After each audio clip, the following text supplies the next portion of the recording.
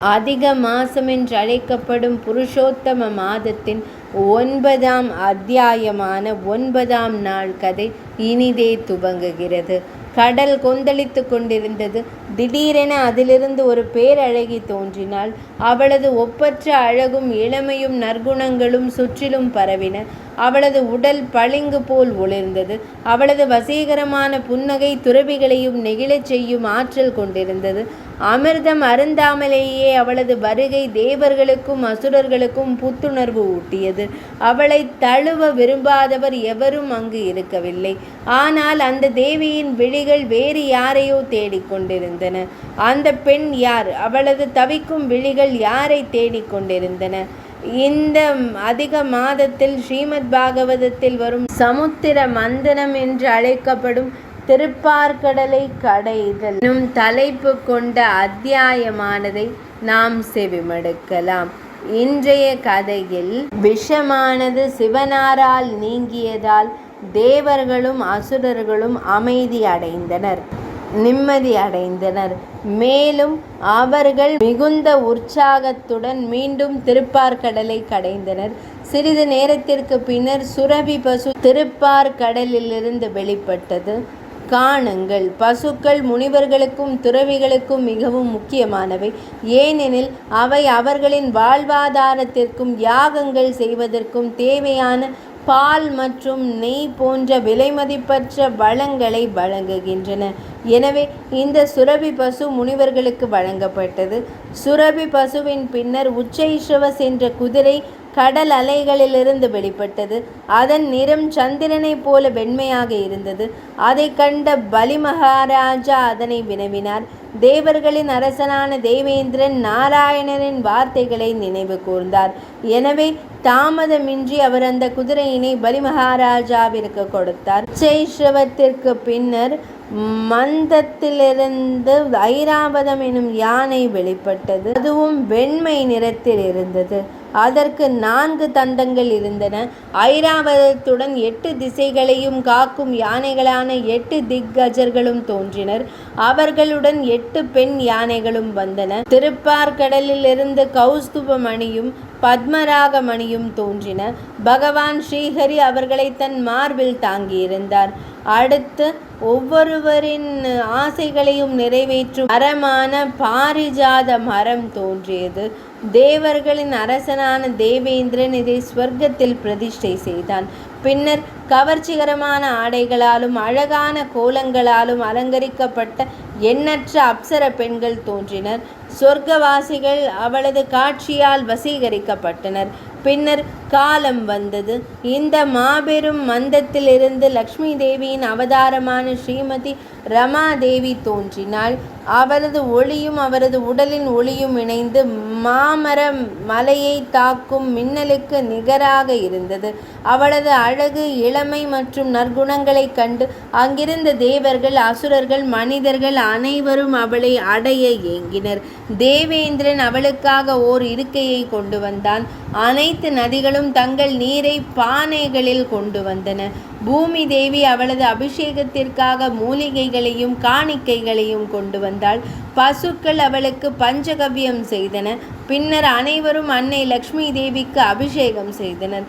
கந்தர்வன் வேத மந்திரங்களை ஓதினான். மேலும் மேளங்கள், தாளங்கள், சங்குகள் மற்றும் பிற வாத்திய கருவிகளுடன் மேகங்கள் நேரில் தோன்றின. புல்லாங்குழல்கள் முழங்கின. சமுத்திரம் அவளுக்கு மஞ்சள் பட்டாடைகளை வழங்கியது. வருணன் அவளுக்கு தெய்வீக மலர் மாலைகளை அளித்தான். பிரபஞ்ச கர்மம் விலைமதிப்பற்ற பரிசுகளை வழங்கியது. பிரம்மதேவர் அவர் கரத்தில் எந்த ஒரு தாமரை மலரை கொடுத்தார். இவ்வாறு அவளது அபிஷேகம் நிறைவடைந்த பின்னர் அவள் தன் கரங்களில் வன மாலையுடன் சபையை வலம் வர தொடங்கினாள். லக்ஷ்மி தேவி எண்ணினாள், இங்கு கூடியிருப்பவர்களில் எல்லா நற்குணங்களிலும் பரிபூரணமானவர் எவரும் இல்லை. சிலர் கடுந்தவம் செய்திருக்கிறார்கள். ஆனாலும் அவர்களால் தங்கள் கோபத்தை கட்டுப்படுத்த இயலவில்லை. சிலர் பெரும் புலமை பெற்றிருக்கிறார்கள். ஆனாலும் அவர்களின் பௌதிக இன்பங்களுக்கான ஆசை தணியாமல் இருக்கிறது. சிலர் பெரிய மனிதர்கள். ஆனாலும் அவர்கள் காமத்தின் பிடியில் இருக்கிறார்கள். மேலும் இங்கு கூடியிருக்கும் ஒவ்வொருவரும் யாரையோ அல்லது எதையோ சார்ந்திருக்கிறார்கள். எனவே அவர்களால் பரம கட்டுப்படுத்துபவராக பரம கடவுளாக இருக்க இயலாது. இந்த ஆழ்ந்த சிந்தனைக்கு பின்னர் தேவி ஸ்ரீ ரமையான அன்னை லக்ஷ்மி தேவி முகுந்த பெருமானை தன் கணவராக தேர்ந்தெடுத்தாள். அவள் பெருமானுக்கு புதிய தாமரை மலர்களால் மாலை அணிவித்து அவர் அருகே நின்றாள். நாராயண பெருமானும் அவளை வரவேற்றார்.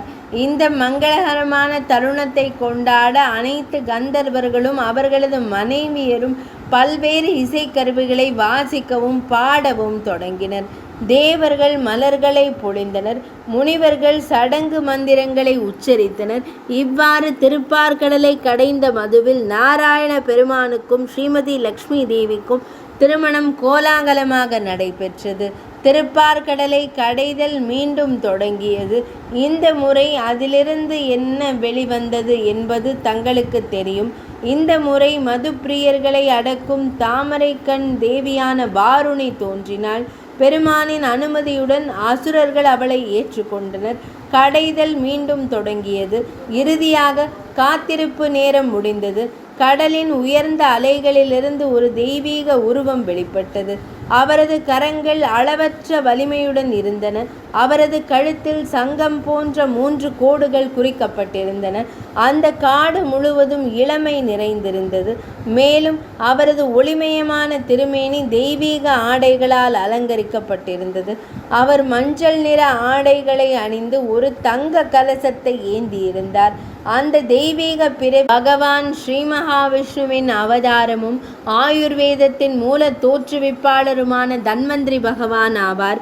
அவரது கரத்தில் அமிர்தம் நிரம்பி வழிந்த ஒரு கலசம் இருந்தது.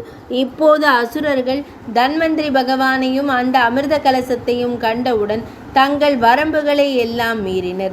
மேலும் அந்த அமிர்தத்தை பருக வேண்டும் என்ற தேவர்களின் விருப்பத்தை அவர்கள் நிறைவேற்றுவார்கள். இப்போது காணுங்கள், அசுர குணம் கொண்டவர்களால் நீண்ட காலத்திற்கு நல்லவர்களாக நடிக்க இயலாது. வாய்ப்பு கிடைத்தவுடன் அவர்கள் தங்கள் உண்மையான குணங்களை ஒப்புக்கொண்டு விடுவார்கள். அசுரர்கள் அப்போது இதே போன்ற ஒன்றை செய்தார்கள். ஏனெனில் அவர்களிடம் பொறுமை இல்லை. பகவான் ஸ்ரீ மகாவிஷ்ணுவும் அதையே செய்தார். மேலும் அவர் மிகவும் அழகான ஒரு தேவியின் வடிவத்தை எடுத்தார். அவளது பெயர் மோகினி மூர்த்தி. அவளது முகம் யவ்வனத்தின் ஒளியுடன் பிரகாசித்தது. அவளது உடலின் நறுமணத்தால் வண்டுகள் அவளை சுற்றி ரீங்காரமிட்டன. அவளுடைய மயக்கும் அசைவுகளை கண்டதும் அசுரர்களின் உள்ளங்கள் காமத்தால் பீடிக்கப்பட்டன. பகவான் விரும்பியதும் அதுவே ஆகும். மோகினி தேவியின் அழகினை கண்டதும் அசுரர்கள் அனைவரும் அமிர்த கலசத்தை மறந்தனர். காமத்துடன் கூடிய மொழியில் அவர்கள் மோகினி தேவியிடம், அற்புத அழகியே, நீ யார்? எங்கிருந்து வந்திருக்கின்றாய்? எங்கள் மனதையும் புலன்களையும் திருப்திப்படுத்தவே படைத்தவனை இங்கு அனுப்பி இருக்கலாமோ? அசுரர்களாகிய நாங்களும் தேவர்களும் ஒரே தந்தையின் பிள்ளைகளாக இருந்தாலும் இந்த அமிர்த கலசம் எங்களுக்கு இடையில் அனுப்பப்படுகிறது. இப்போது நீயே இந்த பிரச்சனையை தீர்த்து இந்த அமிர்தத்தை நீ விரும்பியபடி எங்களுக்குள் பகிர்ந்து கொடுக்க வேண்டும் என்று வினவத் தொடங்கினர். இப்போது அசுரர்கள் இவ்வாறு கூறியதும் அங்கே மோகினி சிலை வடிவில் எழுந்தருளியுள்ள நாராயண பெருமான் மென்மையாக புன்னகைக்கத் தொடங்கினார். அவர் இனிமையான குரலில் மயக்கும் குரல் வழியாக அசுரர்களிடம் கூறினார், கஷ்யபரின் புதல்வர்களே, நான் ஒரு சிறுமிதான். என் மீது உங்களுக்கு மிகுந்த நம்பிக்கை உள்ளது. இருப்பினும் தங்களை போன்ற புத்திசாலிகள் என்னை போன்ற ஒரு பெண்ணை ஒருபோதும் நம்பலாகாது. ஆனாலும் இதுதான் தங்கள் விருப்பம் என்றால் நான் நிச்சயமாக உங்கள் விருப்பத்தை நிறைவேற்றுவேன். ஆனால் எனக்கு ஒரு நிபந்தனை உண்டு. இந்த அமிர்தத்தை நான் விரும்பும் யாருக்கு வேண்டுமானாலும் விநியோகிக்கலாம். உங்களில் யாரும் இதற்கு ஆட்சேபிக்க மாட்டீர்கள். நீங்கள் சம்மதித்தால் என்னிடம் கூறுங்கள். இப்போது காணுங்கள், காமவெறி கொண்ட அசுரர்கள் மோகினி சிலையின் அழகில் மயங்கி போயிருந்தனர். ஒரு கணம் கூட சிந்திக்காமல் அவர்கள் அனுமதி அளித்து அமிர்தத்தை பருக தயாரானார்கள். தேவர்களும் அசுரர்களும் அனைவரும் அந்த சடங்கினை செய்தனர். அவர்கள் நீராடி யாகத்திற்கு அபிஷேகம் செய்து பிராமணர்களுக்கு தானமளித்து பின்னர் கிழக்கு நோக்கி அமர்ந்து அமிர்தத்தை பருகினர். மோகினி தேவியும் அழகான ஆடைகளாலும் அபிஷேகத்தாலும் அலங்கரிக்கப்பட்டு யாகம் நடைபெறும் இடத்திற்கு வந்தாள். அவள் அசுரர்களை கண்டு தன் இனிய புன்னகையை வீசி மிகவும் இனிமையான வார்த்தைகளில் கூறலானாள். வலிமை மிக்கவர்களே, முதலில் உங்கள் அனைவருக்கும் சிறிதளவு அமிர்தம் தருகிறேன். பிறகு உங்கள் மனம் திருப்தி அடையும் வரை அதை பருகச் செய்வேன். மோகினி தேவி அசுரர்களிடம் இவ்வாறு கூறியவுடன் அவர்கள் மிகுந்த மகிழ்ச்சி அடைந்து தங்கள் உணர்வுகளை இழந்து சிந்திக்காமல் சம்மதம் தெரிவித்தனர். ஆனால் அசுரர்களில் மோகினி தேவியின் மாய வித்தைக்கு மயங்காத ஒரு அசுரன் இருந்தான். ஏதோ நிச்சயமாக தவறாக இருக்கிறது என்பதை அவன் புரிந்து கொண்டான். எனவே அவன் ஒரு கடவுள் வேடம் அணிந்து அனைவரின் பார்வையிலிருந்தும் மறைந்து தேவர்களின் வரிசையில் அமர்ந்தான். அந்த அசுரன் முன்னோக்கி நகர்ந்து கொண்டிருந்தான். ராகுவும் அதே வரிசையில் அமர்ந்திருந்தார். மோகினி அவனது உள்ளங்கையில் அமிர்தத்தை ஊற்றினாள். கடவுள் அமிர்தத்தின் மகிமையை அதிகரிக்க விரும்பியதால் அவர் ராகுவை புறக்கணித்தார். இருப்பினும் ராகுவின் எதிரிகளான சூரியனும் சந்திரனும் அவனை அடையாளம் கண்டு கொண்டனர்.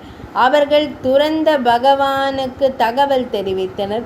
மோகினி வடிவில் இருந்த பகவானும் தனது சுதர்சனத்தால் ராகுவின் தலையை அவனது உடலில் இருந்து துண்டித்தார்.